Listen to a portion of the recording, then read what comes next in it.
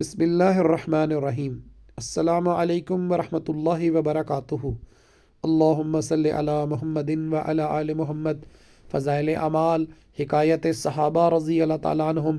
المومنین حضرت جویریہ بنت الحارث بن ابی زرار رضی اللہ عنہ کے حالات۔ یہ غزوہ مرعسی میں قید ہو کر آئی تھیں اور غنیمت میں حضرت ثابت بن قیس رضی اللہ عنہ کے حصے میں آئیں۔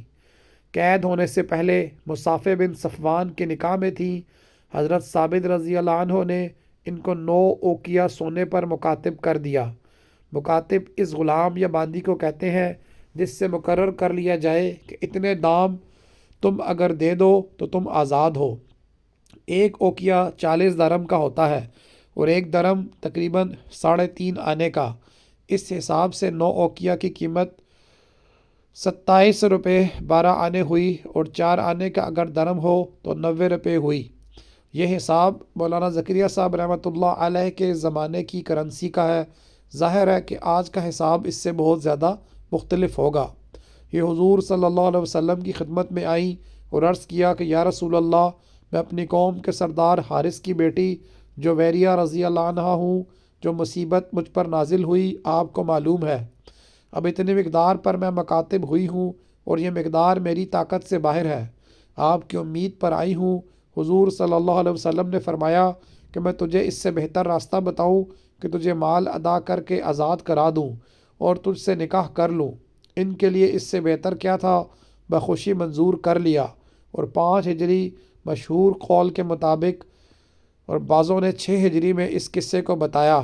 نکاح ہو گیا۔ صحابہ رضی اللہ عنہم نے جب سنا کہ بنو المستلق حضور صلی اللہ علیہ وسلم کے سسرال بن گئے تو انہوں نے بھی اس رشتے کے اعزاز میں اپنے اپنے غلام آزاد کر دیے۔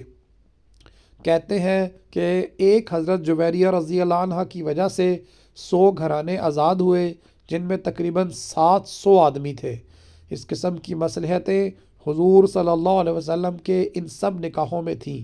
حضرت جویریہ رضی اللہ عنہ نہایت حسین تھی، چہرے پر ملاحت تھی۔ کہتے ہیں جو نگاہ پڑ جاتی تھی اٹھتی نہ تھی۔ حضرت جویریہ رضی اللہ عنہ نے اس لڑائی سے 3 دن پہلے ایک خواب دیکھا تھا کہ یثرب سے ایک چاند چلا اور میری گود میں آ گیا۔ کہتی ہیں کہ جب میں قید ہوئی تو مجھے اپنے خواب کی تعبیر کی امید بندھی۔ اس وقت ان کی عمر 20 سال کی تھی اور ربیع الاول 50 ہجری میں صحیح قول کے موافق 65 برس کی عمر میں مدینہ طیبہ میں انتقال فرمایا، اور بعضوں نے ان کا انتقال 56 ہجری میں 70 برس کی عمر میں لکھا ہے۔ جزاک اللہ خیرہ۔ السلام علیکم ورحمۃ اللہ وبرکاتہ۔